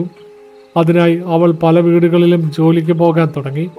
രാവിലെ മുതൽ വൈകുന്നേരം വരെ വിശ്രമമില്ലാതെയുള്ള ജോലികളായിരുന്നു അവൾ ചെയ്തിരുന്നത്. സമ്പന്നരായ ആളുകളുടെ വീടുകളിൽ മുറ്റമടിച്ചു വാരാനും പാത്രങ്ങൾ കഴുകാനും തുണിയലക്കാനും അവൾ നിന്നു. അതുകൂടാതെ ഗ്രാമത്തിലെ വലിയ പ്രമാണിമാരുടെ കൃഷിയിടങ്ങളിൽ കൊടും വെയിലത്ത് അവൾ കൂലിപ്പണിക്ക് പോയി. പണ്ട് കൃഷ്ണൻ ഉണ്ടായിരുന്നപ്പോൾ ഇത്രയും കഠിനമായ ജോലികൾക്കൊന്നും അവളെ അയാൾ വിട്ടിരുന്നില്ല. എന്നാൽ ഇപ്പോൾ തൻ്റെ മകന് വിശപ്പകറ്റാൻ മറ്റു വഴികളൊന്നും അവളുടെ മുന്നിൽ ഉണ്ടായിരുന്നില്ല. കഠിനാധ്വാനം കാരണം അവളുടെ ശരീരമാകെ മെലിഞ്ഞുണങ്ങി. ആ പഴയ സൗന്ദര്യം പൂർണ്ണമായും ഇല്ലാതായി. എങ്കിലും വൈകുന്നേരം ജോലി കഴിഞ്ഞ് തിരികെ വരുമ്പോൾ ഓടി വന്ന് അവളെ കെട്ടിപ്പിടിക്കുന്ന മണികണ്ഠന്റെ മുഖം കാണുമ്പോൾ അവൾ തൻ്റെ എല്ലാ ക്ഷീണവും മറന്നു. വർഷങ്ങൾ പതുക്കെ കടന്നുപോയി. മണികണ്ഠൻ കുറച്ചുകൂടി മുതിർന്നു. കൃഷ്ണന്റെ അതേ സ്വഭാവവും രൂപവുമായിരുന്നു അവന്. അമ്മ പണിക്ക് പോകുമ്പോൾ അവൻ അടുത്തുള്ള വീടുകളിലെ കുട്ടികൾക്കൊപ്പം കളിക്കാൻ പോകും. മകനെ അക്ഷരം പഠിപ്പിക്കണമെന്നും അവനെ വലിയൊരു നിലയിൽ എത്തിക്കണമെന്നുമുള്ള കൃഷ്ണന്റെ സ്വപ്നം സാക്ഷാത്കരിക്കാൻ നീലി രാവും പകലും അധ്വാനിച്ചു. അവളുടെ സത്യസന്ധതയും കഠിനാധ്വാനവും കണ്ട് പലർക്കും അവളോട് സഹതാപം തോന്നിയിരുന്നു. എന്നാൽ ആ സഹതാപത്തിനപ്പുറം ആരുമില്ലാത്ത ഒരു വിധവയായ സ്ത്രീയെ ചൂഷണം ചെയ്യാൻ കാത്തു നിൽക്കുന്ന കഴുകൻ കണ്ണുകളും ആ ഗ്രാമത്തിലുണ്ടായിരുന്നു. അത്തരത്തിലൊരാളായിരുന്നു ആ നാട്ടിലെ ഏറ്റവും വലിയ പ്രമാണിയുടെ മകൻ. ചെറുപ്പം മുതലേ യാതൊരു ഉത്തരവാദിത്വവുമില്ലാതെ അച്ഛൻ്റെ പണത്തിൻ്റെ അഹങ്കാരത്തിൽ ജീവിച്ചിരുന്ന ഒരു യുവാവായിരുന്നു അവൻ. ഗ്രാമത്തിലെ പാവപ്പെട്ട പെൺകുട്ടികളെയും സ്ത്രീകളെയും ശല്യം ചെയ്യുക എന്നത് അവൻ്റെ ഒരു വിനോദമായിരുന്നു. പ്രമാണിയുടെ മകനായതുകൊണ്ട് തന്നെ ആരും അവനെതിരെ പ്രതികരിക്കാൻ തയ്യാറായിരുന്നില്ല. അവൻ്റെ കണ്ണുകൾ നീലിയിലും പതിഞ്ഞിരുന്നു.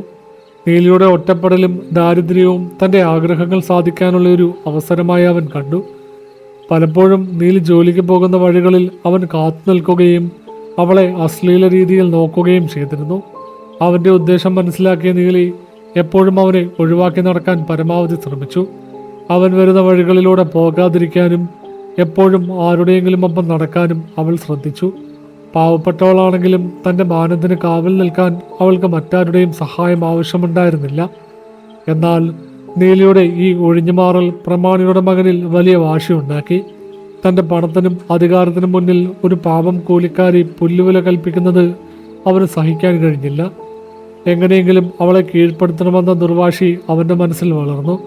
അതിനായി അവൻ തക്കം പാർത്ത് നടന്നു. നീലിക്ക് അവനെ ഭയമായിരുന്നുവെങ്കിലും ജോലിക്ക് പോകാതിരിക്കാൻ അവൾക്ക് കഴിയുമായിരുന്നില്ല.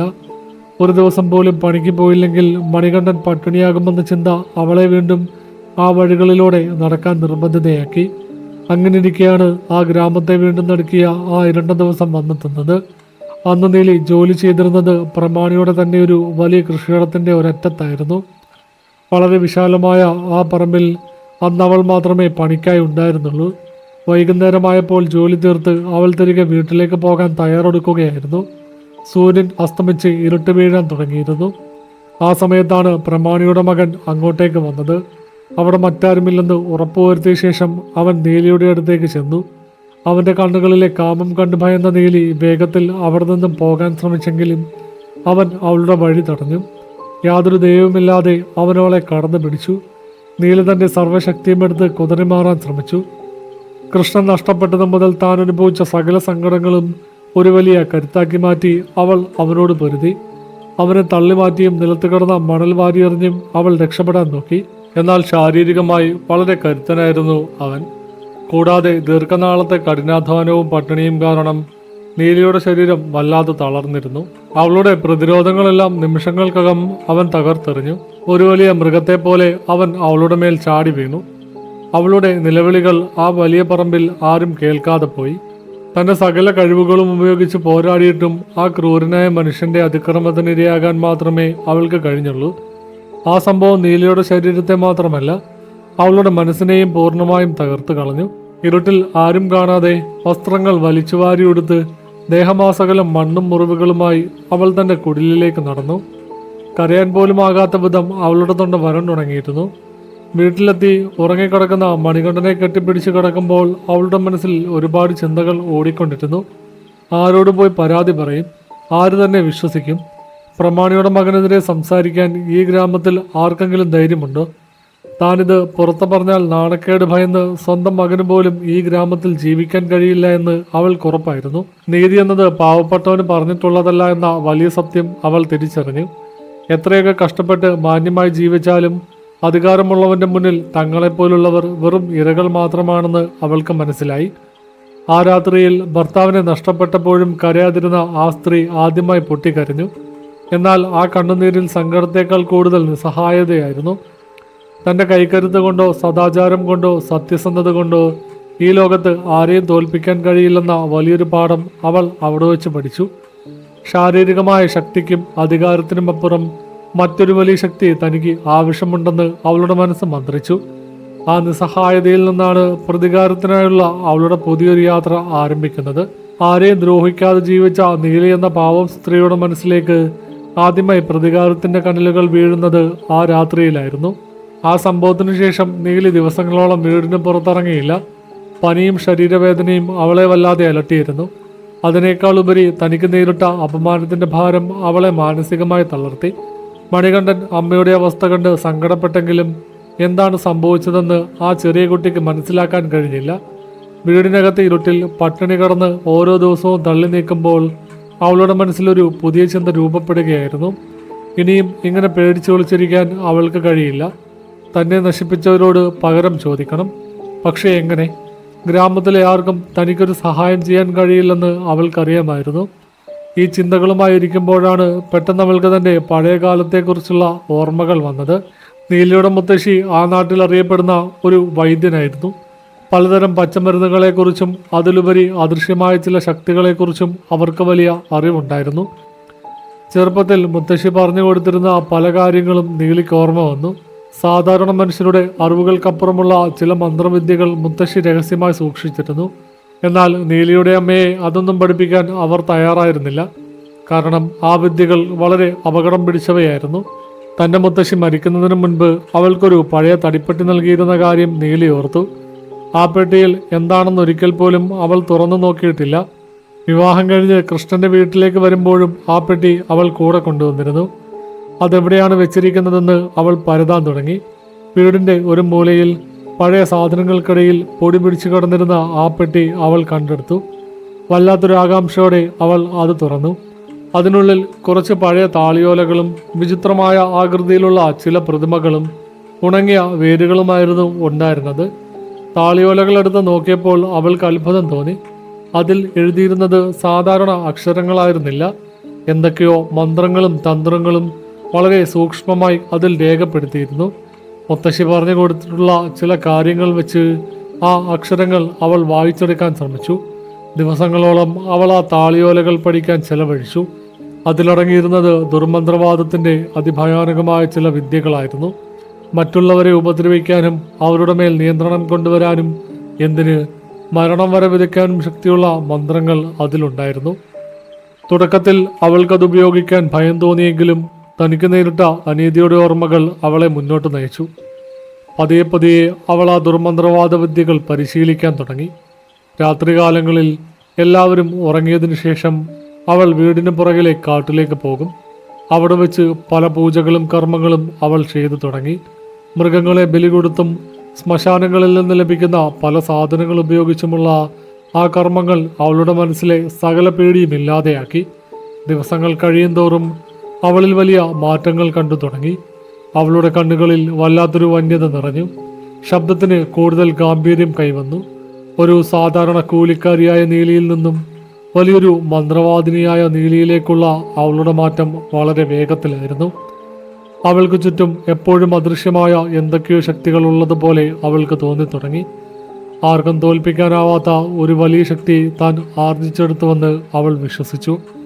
തൻ്റെ ശക്തി പരീക്ഷിക്കാനുള്ള ആദ്യത്തെ അവസരം അധികം വൈകാതെ തന്നെ അവൾക്ക് ലഭിച്ചു. അവൾ വീണ്ടും ജോലിക്ക് പോകാൻ തുടങ്ങിയപ്പോൾ മുമ്പത്തെ പോലെ അവളെ കളിയാക്കാനും ശല്യം ചെയ്യാനും ഗ്രാമത്തിലെ ചില പുരുഷന്മാർ ശ്രമിച്ചു. എന്നാൽ ഇത്തവണ നീലി ഒഴിഞ്ഞു മാറിയില്ല. അവൾ അവരെ നേരിട്ടു. അവളുടെ നോട്ടത്തിൽ തന്നെ വലിയൊരു ഭയം ജനിക്കുന്നതായി അവർക്ക് തോന്നി. തന്നെ ഉപദ്രവിക്കാൻ വന്ന ഒരാളുടെ നേരെ അവൾ കുറച്ച് മണ്ണെടുത്ത് എന്തോ മന്ത്രം ജപിച്ചെറിഞ്ഞു. അടുത്ത നിമിഷം അയാൾക്ക് വല്ലാത്തൊരു ശാരീരിക അസ്വസ്ഥത അനുഭവപ്പെടുകയും കുറച്ച് ദിവസങ്ങൾക്കുള്ളിൽ അയാളുടെ ഒരു കൈയുടെ സ്വാധീനം പൂർണ്ണമായും നഷ്ടപ്പെടുകയും ചെയ്തു. ഇത് ഗ്രാമത്തിൽ വലിയ സംസാര വിഷയമായി.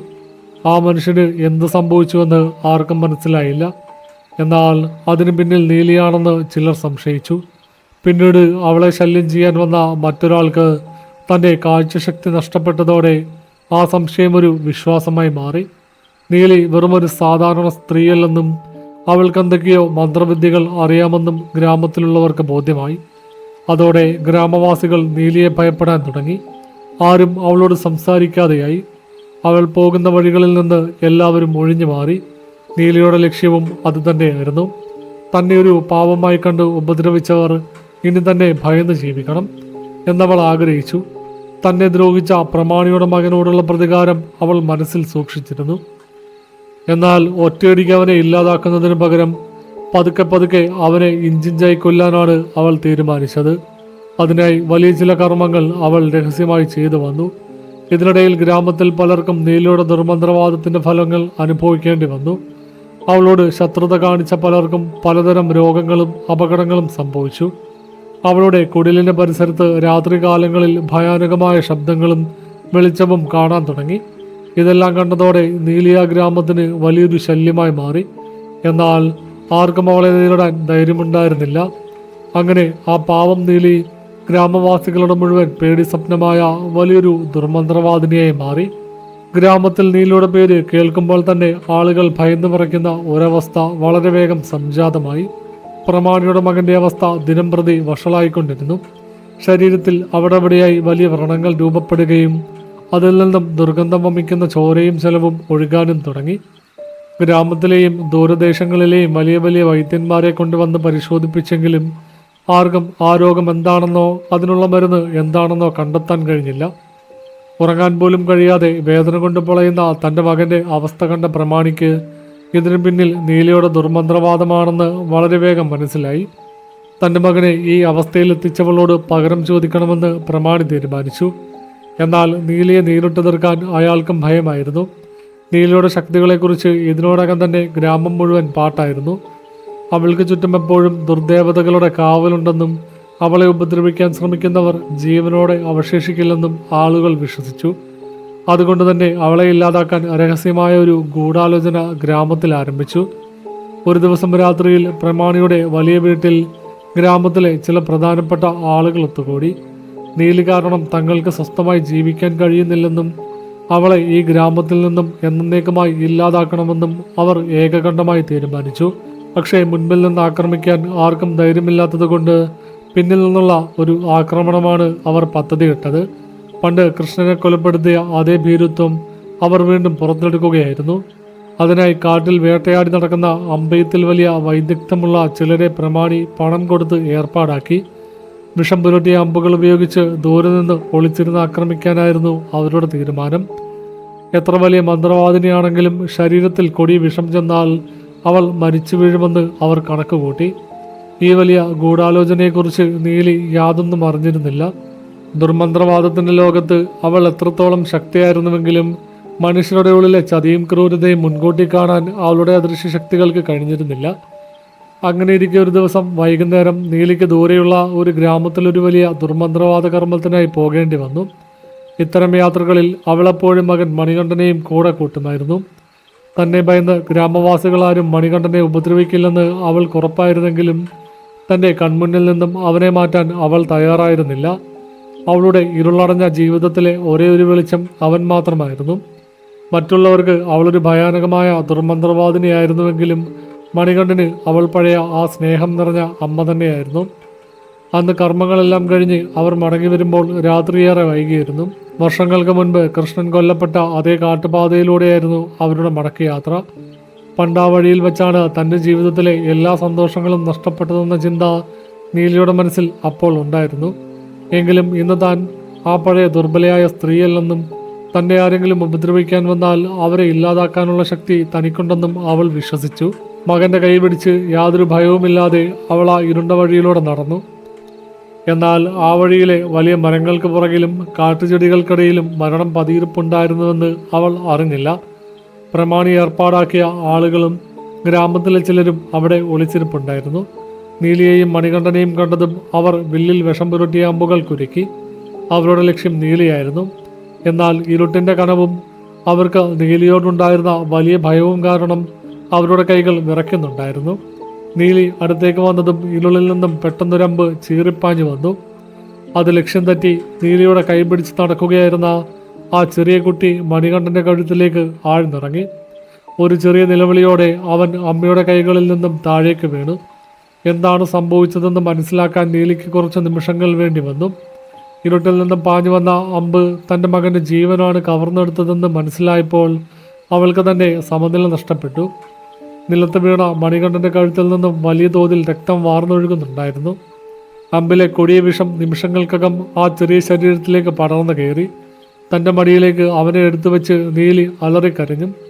അത്രേക്കാലം അവൾ പഠിച്ച മന്ത്രവിദ്യകളോ അവൾക്ക് സ്വന്തമായുണ്ടായിരുന്ന അദൃശ്യ ശക്തികളോ ഒന്നും ആ നിമിഷത്തിൽ അവളുടെ സഹായത്തിനെത്തിയില്ല.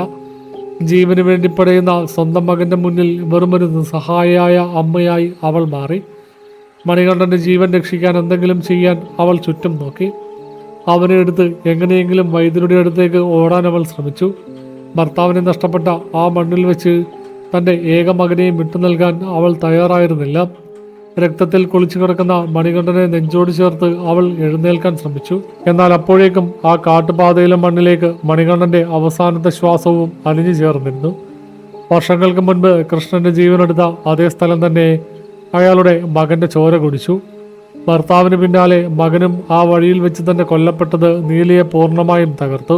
ആ കാടിനെ മുഴുവൻ വിറപ്പിക്കുന്ന രീതിയിലായിരുന്നു അപ്പോൾ അവളുടെ അലർച്ച.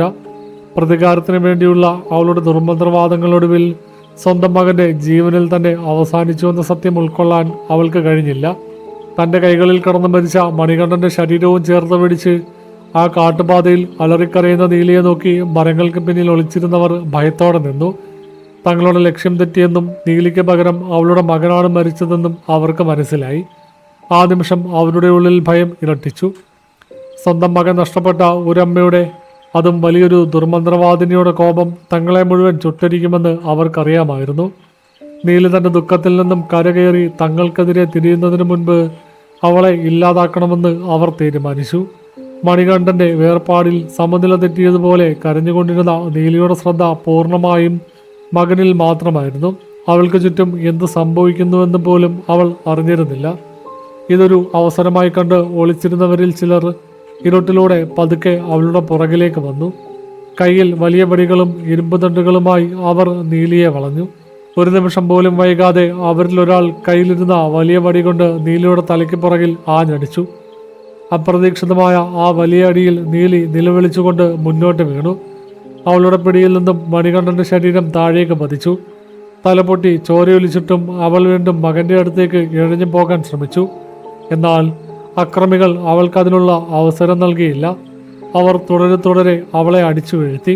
നിലത്ത് കടന്ന് പിടയുന്ന നീലിയുടെ ശരീരത്തിലേക്ക് അവർ ഇരുമ്പ് ദണ്ടുകൾ കൊണ്ട് ആഞ്ഞടിച്ചു. അവളുടെ മന്ത്രവിദ്യകൾക്കൊന്നും ആ നിമിഷം അവളെ രക്ഷിക്കാൻ കഴിഞ്ഞില്ല. ഒരു വലിയ മൃഗത്തെ തല്ലിക്കൊല്ലുന്നതിനേക്കാൾ ക്രൂരമായാണ് അവരവളെ അന്ന് അവിടെ വെച്ച് കൊലപ്പെടുത്തിയത്. നീലിയുടെ അവസാനത്തെ ശ്വാസവും ആ കാട്ടുപാതയിൽ അവസാനിച്ചു. കൃഷ്ണനും മണികണ്ഠനും പിന്നാലെ നീലിയും അതേ മണ്ണിൽ തന്നെ അന്ത്യവിശ്രമം കൊണ്ടു. ഒരു കുടുംബത്തിൻ്റെ മുഴുവൻ രക്തവും വീണ ആ വഴി അന്നു മുതൽ ഗ്രാമവാസികളുടെ വലിയൊരു പേടി സ്വപ്നമായി മാറി. നീലിയെ കൊലപ്പെടുത്തിയ ശേഷം ആ അക്രമികൾ അവിടെ നിന്നും വേഗത്തിൽ രക്ഷപ്പെട്ടു.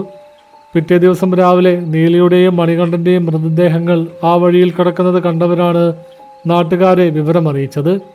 ആരും അവരുടെ അടുത്തേക്ക് പോകാൻ ധൈര്യപ്പെട്ടില്ല. എല്ലാവരിലും വല്ലാത്തൊരു ഭയം നിറഞ്ഞു നിന്നിരുന്നു. ഒടുവിൽ ഗ്രാമത്തിലെ ചിലർ ചേർന്ന് ആ കാട്ടുപാതയുടെ ഒരു വശത്തായി ഒരു വലിയ കുഴിയെടുത്ത് അവരെ രണ്ടുപേരെയും അതിൽ തന്നെ അടക്കം ചെയ്തു. നീലിയുടെ മരണത്തോടെ തങ്ങളുടെ ഗ്രാമത്തിന് ശാപമോക്ഷം ലഭിച്ചുവെന്ന് പലരും വിശ്വസിച്ചു. ഇനി അവളെ പേടിച്ച് ജീവിക്കണ്ടല്ലോ എന്ന സമാധാനം പ്രമാണിക്കും മറ്റ് ഗ്രാമവാസികൾക്കും ഉണ്ടായി. എന്നാൽ ആ സമാധാനം അധികകാലം നീണ്ടുനിന്നില്ല. നീലിയുടെ മരണമെന്നത് ഒരു അവസാനമായിരുന്നില്ല, മറിച്ച് വലിയൊരു ഭീകരതയുടെ തുടക്കം മാത്രമായിരുന്നു. അവൾ പഠിച്ച ദുർമന്ത്രവാദത്തിൻ്റെ ശക്തികൾ മരണശേഷവും അവളെ വിട്ടുപോയിരുന്നില്ല. ജീവിച്ചിരുന്ന നീലിയേക്കാൾ ഭയാനകമായിരുന്നു മരണശേഷമുള്ള നീലിയുടെ സാന്നിധ്യം. നീലിയെ അടക്കം ചെയ്ത് ആഴ്ചകൾക്കുള്ളിൽ തന്നെ ഗ്രാമത്തിൽ പല അസാധാരണ സംഭവങ്ങളും നടക്കാൻ തുടങ്ങി. രാത്രിയാകുമ്പോൾ ആ കാട്ടുപാതയിലൂടെ പോകുന്ന പലർക്കും ഭയാനകമായ അനുഭവങ്ങളുണ്ടായി. ചിലർക്ക് പിന്നിൽ നിന്നും ആരോ നടന്നു വരുന്നത് പോലെയുള്ള ശബ്ദം കേട്ടു. മറ്റു ചിലർക്ക് സ്ത്രീയുടെ നിലവിളിയും കുട്ടിയുടെ കരച്ചിലും കേൾക്കാൻ കഴിഞ്ഞു. പതുക്കെ പതുക്കെ ഈ അനുഭവങ്ങൾ ഭീകരമായ രൂപം കൊണ്ടു. രാത്രിയിൽ ആ വഴിയിലൂടെ പോയ ഗ്രാമത്തിലെ ഒരു മനുഷ്യനെ പിറ്റേ ദിവസം രാവിലെ അതേ വഴിയിൽ തന്നെ ബോധരഹിതനായി കണ്ടെത്തി. അദ്ദേഹത്തിന് ബോധം വന്നപ്പോൾ പറഞ്ഞ കാര്യങ്ങൾ കേട്ട് ഗ്രാമവാസികൾ ഒന്നടങ്കം ഞെട്ടി. അർദ്ധരാത്രിയിൽ ആ വഴിയിലൂടെ വരുമ്പോൾ നീലിയെ കണ്ടുവെന്നും അവൾ അയാളെ പേര് ചൊല്ലി വിളിച്ചുവെന്നും അയാൾ പറഞ്ഞു. ചോരയൊലിക്കുന്ന മുഖവുമായി കൈകളിൽ മണികണ്ഠന്റെ മൃതദേഹവും ഏന്തി അവൾ തൻ്റെ നേരെ പാഞ്ഞു വന്നുവെന്നാണ് അയാൾ പറഞ്ഞത്. ആ ഭയത്തിൽ ബോധം കെട്ട് വീണ അയാൾക്ക് പിന്നീട് ഒരിക്കലും തൻ്റെ മാനസിക നില പൂർണ്ണമായും വീണ്ടെടുക്കാൻ കഴിഞ്ഞില്ല. പിച്ചും പേയും പറഞ്ഞ് കുറച്ച് നാളുകൾക്കുള്ളിൽ അയാൾ മരണപ്പെട്ടു. ഇത് വെറുമൊരു തുടക്കം മാത്രമായിരുന്നു. പിന്നീട് പലർക്കും സമാനമായ അനുഭവങ്ങളുണ്ടായി. നീലിയെയും കുടുംബത്തെയും ഇല്ലാതാക്കാൻ കൂട്ടുനിന്ന പലരും അവളുടെ പ്രതികാരത്തിന് ഇരയായി. അവളോട് ശത്രുത കാണിച്ച പലരുടെയും കുടുംബങ്ങളിൽ വലിയ നാശനഷ്ടങ്ങളുണ്ടായി. ചിലർക്ക് അജ്ഞാതമായ രോഗങ്ങൾ പിടിപെട്ട് കാഴ്ചശക്തി നഷ്ടപ്പെട്ടു. മറ്റു ചിലരുടെ ശരീരം തളർന്നു പോയി. പ്രമാണിയുടെ വീടിനും വലിയ ശാപങ്ങളേറ്റു.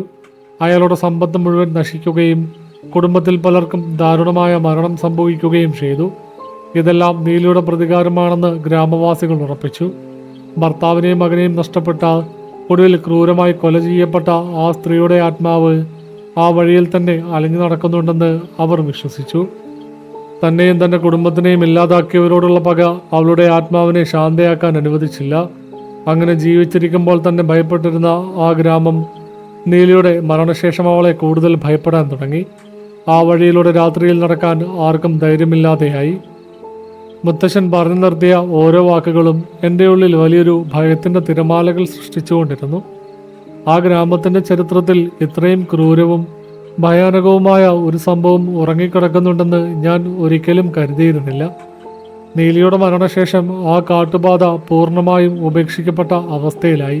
പകൽ സമയങ്ങളിൽ പോലും ആ വഴിയിലൂടെ ഒറ്റയ്ക്ക് നടക്കാൻ ഗ്രാമവാസികൾ ഭയന്നു. എങ്കിലും ചിലരൊക്കെ അഹങ്കാരം കൊണ്ടോ അല്ലെങ്കിൽ വിവരമില്ലായ്മ കൊണ്ടോ ആ വഴിയിലൂടെ രാത്രിയിൽ യാത്ര ചെയ്യാൻ മുതിർന്നിരുന്നു. അവർക്കൊക്കെ നേരിടേണ്ടി വന്നത് അതിക്രൂരമായ അനുഭവങ്ങളായിരുന്നു. അതിൽ പ്രധാനമായും 3 ആളുകളുടെ ജീവിതത്തിൽ സംഭവിച്ച ദുരന്തങ്ങൾ മുത്തശ്ശൻ വളരെ വിശദമായി തന്നെ എന്നോട് പറഞ്ഞു. നീലിയെയും അവളുടെ കുടുംബത്തെയും ഇല്ലാതാക്കുന്നതിൽ നേരിട്ടോ അല്ലാതെയോ പങ്കെടുത്തവരായിരുന്നു ആ 3 പേരും. നീലിയുടെ പ്രതികാരം എത്രത്തോളം ഭയാനകമായിരുന്നുവെന്ന് തെളിയിക്കുന്നതായിരുന്നു അവരുടെ പിന്നീടുള്ള ജീവിതം. മരണമെന്നത് ഒരുപക്ഷെ അവർക്ക് ലഭിക്കാവുന്ന ഏറ്റവും ചെറിയ ശിക്ഷയായിരുന്നുവെന്നും എന്നാൽ ജീവിച്ചിരുന്നു കൊണ്ട് നരകയാതന അനുഭവിക്കാനായിരുന്നു നീലിയുടെ ശാപം അവരെ വിധിച്ചതെന്നും മുത്തച്ഛൻ്റെ വാക്കുകളിൽ നിന്നും എനിക്ക് മനസ്സിലായി. ആദ്യത്തെ അനുഭവം ഗ്രാമത്തിലെ ഒരു കർഷകൻ്റേതായിരുന്നു. നീലിയെ ആക്രമിക്കാൻ ഗൂഢാലോചന നടത്തിയവരിൽ പ്രധാനിയായിരുന്നു അയാൾ. ഒരിക്കൽ രാത്രിയിൽ അവിചാരിതമായി ആ കാട്ടുപാതയിലൂടെ നടക്കാൻ ഇടയായി. അന്ന് അവിടെ വെച്ച് അയാൾ കണ്ട കാഴ്ച അയാളുടെ സമനില പൂർണ്ണമായും തെറ്റിച്ചു. ഇരുട്ടിൽ നിന്നും പെട്ടെന്നൊരു വലിയ വെളിച്ചം വരികയും അതിനുള്ളിൽ ചോരയൊലിക്കുന്ന മുഖവുമായി നീലി നിൽക്കുന്നത് അയാൾ കണ്ടു. അവളുടെ ഒരു കൈയിൽ കഴുത്തിൽ നിന്നും ചോര വാർന്നൊഴുകുന്ന മണികണ്ഠന്റെ ജീവനറ്റ ശരീരവും മറുകൈയിൽ തല പിളർന്നു മരിച്ച ഭർത്താവ് കൃഷ്ണന്റെ രൂപവും ഉണ്ടായിരുന്നു. ആ 3 രൂപങ്ങളും കൂടി അയാളുടെ നേരെ വലിയൊരു അലർച്ചയോടെ പാഞ്ഞെടുത്തു. ആ ഭയാനകമായ കാഴ്ച കണ്ട് അയാളുടെ തലച്ചോറിലേക്കുള്ള രക്തയോട്ടം നിലയ്ക്കുകയും ആ നിമിഷം തന്നെ അയാളുടെ മാനസിക നില പൂർണ്ണമായും തകരുകയും ചെയ്തു. പിറ്റേ ദിവസം ഗ്രാമവാസികൾ അയാളെ കണ്ടെത്തുമ്പോൾ സ്വന്തം ശരീരത്തിലെ വസ്ത്രങ്ങൾ വലിച്ചു കീറി ദേഹമാസകലം മണ്ണ് വാരിയിട്ട് എന്തൊക്കെയോ അർത്ഥമില്ലാത്ത വാക്കുകൾ ഉറക്കെ വിളിച്ചു പറഞ്ഞ് ആ വഴിയിലൂടെ ഓടുകയായിരുന്നു അയാൾ. പിന്നീട് മരണം വരെ അയാൾ ആ ഗ്രാമത്തിലെ വഴിയോരങ്ങളിൽ ഒരു ഭ്രാന്തനായി അലങ്ങി നടന്നു. ഇടയ്ക്ക് ബോധം വരുമ്പോൾ നീലിയുടെയും കൃഷ്ണൻ്റെയും മണികണ്ഠൻ്റെയും പേരുകൾ ഇടയ്ക്കിടെ അയാൾ പേടിയോടെ വിളിച്ചു പറയുകയും അന്ന് രാത്രി താൻ കണ്ട കാര്യങ്ങൾ മറ്റുള്ളവരോട് പറയാൻ ശ്രമിക്കുകയും ചെയ്യുമായിരുന്നു. രണ്ടാമത്തെ സംഭവം അതിലും ദാരുണമായിരുന്നു. നീലിയെ കൊലപ്പെടുത്താൻ അമ്പെയ്തവരിൽ ഒരാളായ ഒരു വേട്ടക്കാരനായിരുന്നു അത്. നീലിയുടെ മരണശേഷം കുറച്ചു കാലം അയാൾ ആ ഗ്രാമത്തിൽ നിന്ന് മാറി നിന്നിരുന്നു. എന്നാൽ വർഷങ്ങൾക്ക് ശേഷം അയാൾ തിരികെ വരികയും ഒരിക്കൽ ആ കാട്ടുപാതയിലൂടെ രാത്രിയിൽ സഞ്ചരിക്കുകയും ചെയ്തു. വഴിമധ്യേ എത്തിയപ്പോൾ ചുറ്റും കനത്ത കോടമഞ്ഞ് മൂടുന്നത് പോലെ അയാൾക്ക് അനുഭവപ്പെട്ടു. ആ മഞ്ഞിലൂടെ വളരെ വ്യക്തമായി ഒരു സ്ത്രീയുടെ കരച്ചിൽ അയാളുടെ കാതുകളിലേക്ക് വന്നുകൊണ്ടിരുന്നു. പെട്ടെന്ന് ആ മഞ്ഞിനുള്ളിൽ നിന്നും നീലിയുടെ രൂപം അയാളുടെ മുന്നിലേക്ക് വരികയും അവളുടെ തീക്ഷ്ണമായ കണ്ണുകൾ അയാളുടെ കണ്ണുകളിലേക്ക് തറയുകയും ചെയ്തു. ആ നോട്ടത്തിൽ അയാളുടെ കണ്ണുകളിൽ വലിയൊരു തീപ്പൊരി വീണതുപോലെ ഒരു നീറ്റൽ അനുഭവപ്പെട്ടു. വേദന കൊണ്ട് അലറിക്കരഞ്ഞ അയാൾ സ്വന്തം കണ്ണുകൾ രണ്ടു കൈകൊണ്ടും പൊത്തിപ്പിടിച്ച് നിലത്ത് വീണുരുണ്ടു. പിറ്റേ ദിവസം കാലത്ത് ആളുകൾ അയാളെ എടുത്ത് വൈദ്യന്റെ അടുത്തേക്ക് കൊണ്ടുപോയപ്പോഴേക്കും അയാളുടെ രണ്ട് കണ്ണുകളുടെയും കാഴ്ചശക്തി പൂർണ്ണമായും നഷ്ടപ്പെട്ടിരുന്നു. കണ്ണുകൾക്കുള്ളിൽ കറുത്ത കൃഷ്ണമണിക്ക് പകരം വെളുത്തൊരു പാടം മാത്രമാണ് അവശേഷിച്ചിരുന്നത്. നീലിയുടെ പ്രതികാരം അയാളെ ജീവിതകാലം മുഴുവൻ അന്ധകാരത്തിൽ തളച്ചിട്ടു. ലോകം കാണാനുള്ള അയാളുടെ അവകാശമാണ് നീലി തൻ്റെ ഒരൊറ്റ നോട്ടത്തിലൂടെ ഇല്ലാതാക്കിയത്. മൂന്നാമത്തെ ആളുടെ അനുഭവം കേട്ടപ്പോൾ എൻ്റെ ശരീരത്തിലൂടെ ഒരു കൊടിയ തണുപ്പ് അരിച്ചു കയറി. അന്ന് രാത്രിയിൽ നിലത്ത് വീണ നീലിയുടെ തലയ്ക്ക് പുറകിൽ ഇരുമ്പ് തണ്ടുകൊണ്ട് അതിക്രൂരമായി അടിച്ചു കൊന്നത് അയാളായിരുന്നു. നീലിയുടെ ശാപം അയാളെ പിന്തുടർന്നിരുന്നു. ഒരു രാത്രിയിൽ സ്വന്തം വീടിൻ്റെ മുറ്റത്തേക്കിറങ്ങിയ അയാളെ അദൃശ്യമായ ഏതോ ഒരു ശക്തി എടുത്തുയർത്തി നിലത്തേക്ക് ആഞ്ഞടിച്ചു. കൃത്യമായി നീലിയെ അയാളടിച്ച അതേ സ്ഥലത്ത്, അതായത് തലയ്ക്ക് പുറകിലായാണ് അയാൾക്കും വലിയൊരു പരിക്കേറ്റത്. ആ വീഴ്ചയിൽ അയാളുടെ നട്ടെല്ല് പൂർണ്ണമായും തകർന്നു പോയി. അന്നു മുതൽ ആ മനുഷ്യൻ്റെ കഴുത്തിന് താഴോട്ടുള്ള ശരീരഭാഗങ്ങൾ പൂർണ്ണമായും തളർന്നു. സ്വന്തമായി എഴുന്നേൽക്കാനോ സംസാരിക്കാനോ കഴിയാതെ ഒരു ജീവച്ഛവമായി വർഷങ്ങളോളം അയാൾ ആ കിടപ്പ് കിടന്നു. ശരീരത്തിൽ വലിയ വ്രണങ്ങൾ വരികയും അതിൽ പുഴുക്കൾ അരിക്കുന്നത് കണ്ടിട്ടും ഒന്നും ചെയ്യാൻ കഴിയാതെ സ്വന്തം കണ്ണീരിൽ അയാൾക്ക് ജീവിക്കേണ്ടി വന്നു. ഭക്ഷണം കഴിക്കാൻ പോലും മറ്റൊരാളുടെ സഹായം ആവശ്യമായിരുന്ന ആ അവസ്ഥയിൽ മരണത്തിന് വേണ്ടി അയാൾ ഓരോ നിമിഷവും പ്രാർത്ഥിച്ചിരുന്നു. എന്നാൽ നീലിയുടെ കോപം അയാളെ പെട്ടെന്നൊരു മരണത്തിലേക്ക് വിട്ടുകൊടുക്കാൻ തയ്യാറായിരുന്നില്ല. ചെയ്തു പോയ പാപങ്ങളുടെ മുഴുവൻ ഭാരവും അനുഭവിച്ചു തീർക്കാൻ അയാളുടെ തളർന്ന ശരീരം ഒരു കാരണമായി മാറി. ഈ 3 സംഭവങ്ങൾക്ക് ശേഷം ഗ്രാമത്തിലുള്ള ആരും തന്നെ ആ വഴിയിലൂടെ രാത്രിയിൽ പോയിട്ടില്ല എന്ന് മുത്തച്ഛൻ വളരെ ഗൗരവത്തോടെ പറഞ്ഞു. തലമുറകൾ പലത് കഴിഞ്ഞിട്ടും ആ ശാപഗ്രസ്തമായ പാതയിലെ അദൃശ്യ സാന്നിധ്യങ്ങൾക്ക് യാതൊരു കുറവുമുണ്ടായില്ല. പകൽ വെളിച്ചത്തിൽ പോലും ആ വഴിയിലൂടെ നടക്കുമ്പോൾ വല്ലാത്തൊരു ഭയം എല്ലാവർക്കും അനുഭവപ്പെട്ടിരുന്നു. വർഷങ്ങൾ കടന്നുപോയതോടെ ആ വഴിയുടെ ഇരുവശങ്ങളിലുമുള്ള കാടുകൾ കൂടുതൽ വളർന്ന് പന്തലിക്കുകയും അവിടം പൂർണ്ണമായും ഇരുളടഞ്ഞ ഒരു പ്രദേശമായി മാറുകയും ചെയ്തു. ഗ്രാമവാസികളാരും തന്നെ അങ്ങോട്ടേക്ക് തിരിഞ്ഞു നോക്കാത്തതുകൊണ്ട് അവിടെ മൃഗങ്ങളുടെയും അദൃശ്യ ശക്തികളുടെയും മാത്രം വിഹാര കേന്ദ്രമായി മാറി. ഇത്രയും ഭയാനകമായ ചരിത്രമുള്ള ആ ഒരു വഴിയിലൂടെയാണ് യാതൊരു വിവരവുമില്ലാതെ ഞാൻ അർദ്ധരാത്രിയിൽ ഒറ്റയ്ക്ക് നടന്നു വന്നതെന്ന് ഓർമ്മിച്ചപ്പോൾ മുത്തച്ഛൻ്റെ ശബ്ദം ഇടർന്നുണ്ടായിരുന്നു.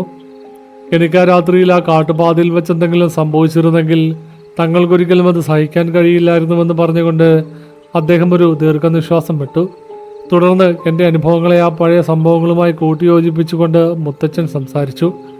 ഞാൻ ആ വഴിയിലൂടെ നടക്കുമ്പോൾ എൻ്റെ പുറകിൽ നിന്നും കേട്ട ആ 3 ശബ്ദങ്ങൾ ആരുടേതായിരുന്നുവെന്ന സത്യം അദ്ദേഹം എനിക്ക് വ്യക്തമാക്കി തന്നു. ആദ്യം എന്നെ പേര് ചൊല്ലി വിളിച്ച ആ പുരുഷൻ്റെ ശബ്ദം സാക്ഷാൽ കൃഷ്ണൻ്റേതായിരുന്നു.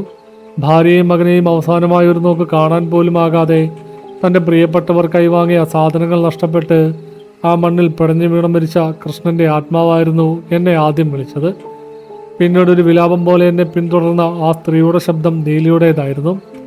ഭർത്താവിനെയും മകനെയും നഷ്ടപ്പെട്ട് അങ്ങേയറ്റം ക്രൂരമായി കൊല ചെയ്യപ്പെട്ട ആ അമ്മയുടെ അടങ്ങാത്ത സങ്കടവും പകയുമായിരുന്നു ആ വിളിയിൽ. ഏറ്റവും ഒടുവിലായി എൻ്റെ സമനില തെറ്റിച്ചുകൊണ്ട് മുഴങ്ങിക്കേട്ട ആ കൊച്ചുകുട്ടിയുടെ ശബ്ദം യാതൊരു തെറ്റും ചെയ്യാതെ അകാലത്തിൽ മരണം വരിക്കേണ്ടി വന്ന ആ ചെറിയ കുട്ടി മണികണ്ഠൻ്റേതായിരുന്നു. ആ കുടുംബത്തിലെ 3 പേരുടെ ആത്മാക്കളും അന്ന് രാത്രി എന്നെ പിന്തുടർന്നിരുന്നുവെന്ന സത്യം ഞാൻ വലിയൊരു ഞെട്ടലോടെ തിരിച്ചറിഞ്ഞു. ആ ഗ്രാമത്തിൻ്റെ ചരിത്രമോ ആ വഴിയുടെ ഭീകരതയോ അറിയാതെ പുതിയ തലമുറയിൽപ്പെട്ട ഒരാളായതുകൊണ്ടാകാം ഞാൻ ആ വഴിയിലൂടെ വന്നപ്പോൾ അവരെന്നെ ഉപദ്രവിക്കാതെ എൻ്റെ പേര് ചൊല്ലി വിളിച്ചതെന്ന് മുത്തച്ഛൻ വിശദീകരിച്ചു. അല്ലെങ്കിൽ തങ്ങളുടെ ദാരുണമായ മരണം പുതിയ തലമുറയിലുള്ള ഒരാളെയെങ്കിലും അറിയിക്കാൻ ആ ആത്മാക്കൾ ആഗ്രഹിച്ചിട്ടുണ്ടാകാം. എന്തായാലും ഞാൻ അവിടെ നിന്നുകൊണ്ടൊന്നും ചിന്തിക്കാതെ ഓടിയത് കൊണ്ട് മാത്രമാണ് എനിക്ക് വലിയൊരു അപകടം സംഭവിക്കാതിരുന്നത്. എൻ്റെ കൈവശം വലിയ ലഗേജുകളില്ലാതിരുന്നതും എന്നെ പെട്ടെന്ന് ഓടാൻ സഹായിച്ചതും എല്ലാം ആ ഈശ്വരൻ്റെ വലിയൊരു അനുഗ്രഹമായി മുത്തശ്ശൻ കണ്ടു. ഇത്രയും കാര്യങ്ങൾ കേട്ട് കഴിഞ്ഞപ്പോൾ എൻ്റെ ഉള്ളിലെ പേടി പൂർണ്ണമായും മാറിയിരുന്നു. അതിനു പകരം ആ കൊച്ചു കുടുംബത്തോട്, വിശേഷിച്ച് നീലിയോട് എനിക്ക് പറഞ്ഞറിയിക്കാനാവാത്ത വലിയൊരു സങ്കടവും സഹതാപവും തോന്നി. മനുഷ്യരുടെ ക്രൂരതകൾ ഒരു സാധാരണ സ്ത്രീയെ എത്രത്തോളം ഭയാനകമായ അവസ്ഥയിലേക്ക് എത്തിച്ചു എന്ന ചിന്ത എന്നെ വല്ലാതെ അസ്വസ്ഥനാക്കി. ആ രാത്രി ഞാൻ അനുഭവിച്ച ഭയം വർഷങ്ങൾക്ക് മുൻപ് നീലി അനുഭവിച്ച വേദനകളുടെ ഒരംശം പോലുമില്ലെന്ന് എൻ്റെ മനസ്സെന്നെ ഓർമ്മിപ്പിച്ചുകൊണ്ടിരുന്നു.